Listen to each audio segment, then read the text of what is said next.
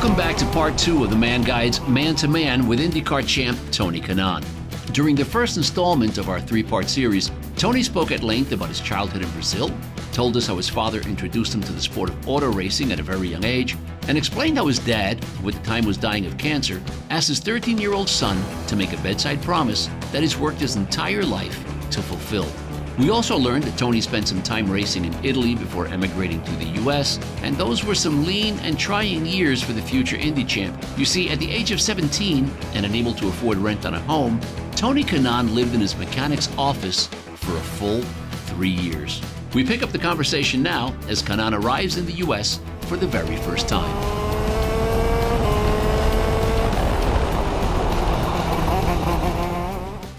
I came here, I landed in 1995 in Phoenix, Arizona, and I had a piece of paper that I had asked a Brazilian friend of mine to write it down, a couple translations for me, like where I'm at, I'm hungry, where's the restroom, those key things that you're gonna need to survive. And of course, with a little bit of a scar from the previous experience, I'm like, they say this is the land of freedom and this, but I want to see if these people, and then from day one, never felt that way, and fell in love with the place, and 20 years later, I'm still here, and I married an American girl.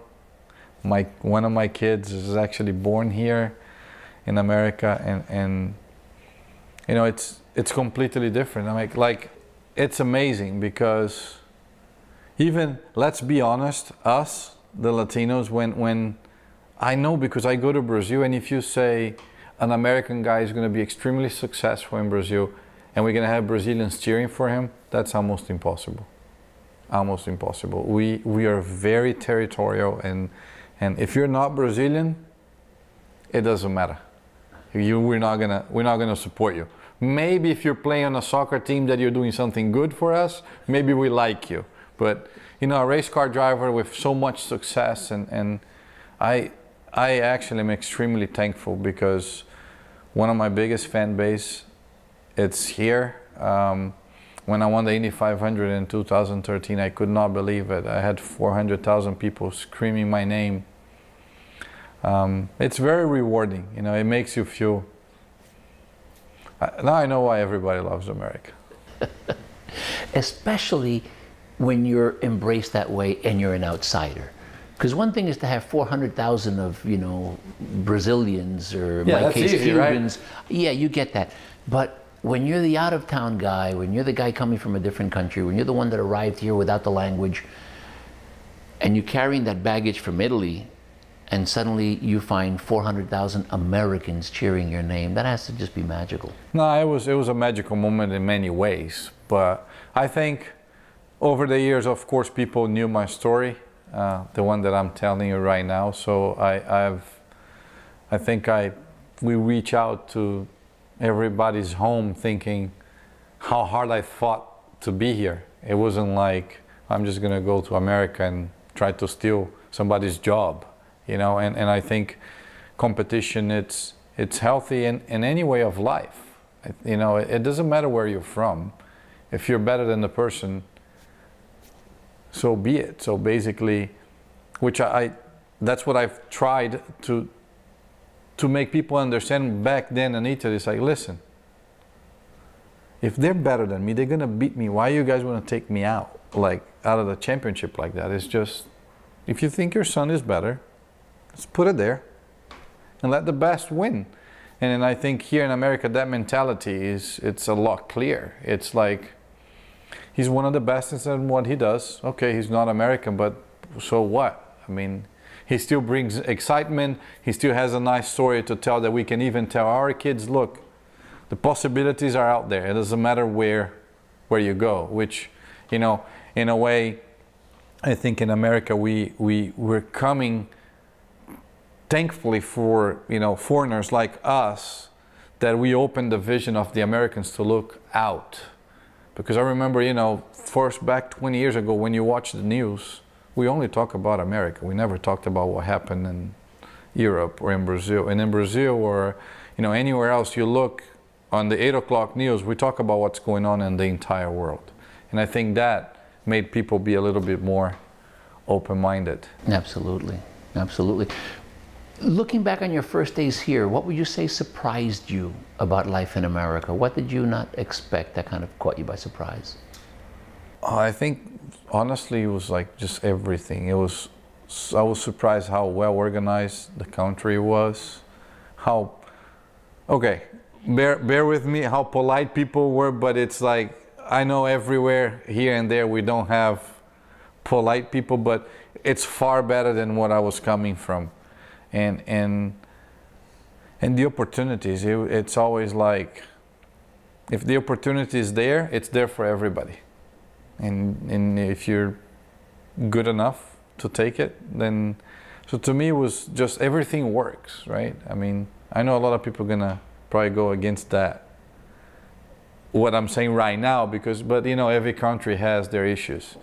And I look back at my country today, we're struggling big time. So out of all the struggles, I think America, it's a lot better off. Our economy, it's a lot stronger. It's just, you know, it's coming back up. So I remember it was just like, really like a big shock, saying like, oh, that's how it's supposed to work. This is how it, like when you pay your taxes and nobody steals from it, you don't realize that they're taking millions and nothing works. And so it's like, now you understand why people are not as corrupt as other countries like Brazil and Colombia, Venezuela, because you pay, but then you get it back. You receive it back. There, you just pay and somebody takes it. Then you become one of them as well. Say, why am I going to pay? Yeah, people become cynical. Yeah. So to me, that's everything worked here. It was really. You know, it's funny. That's one of the recurring themes. I tend to ask that question, and everyone normally who came as an adult will be like, "Oh my God, todo tan organizado. Everything is so organized, regardless of where you come from. Where you come from, Europe, from Africa, from Latin America."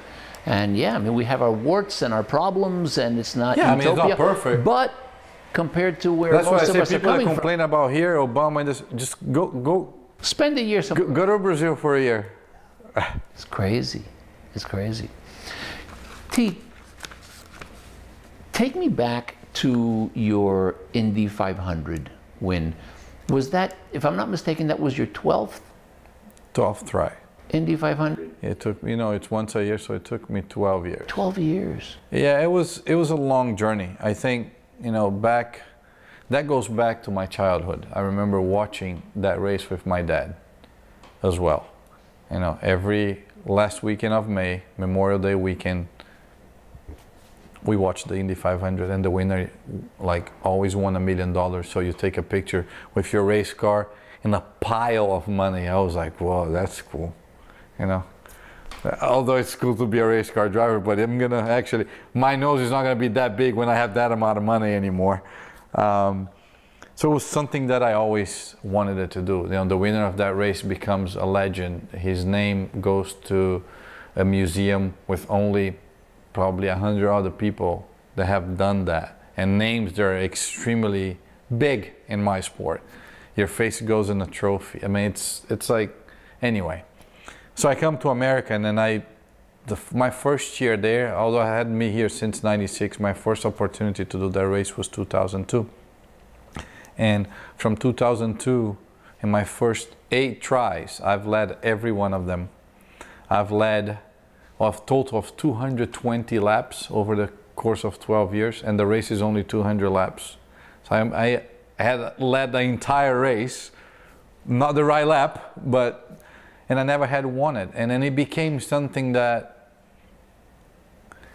from the fans, I always got asked that question. It says, oh, that track is so bad for you, man. And I mean, I was extremely talented. It was something that the track suits my style.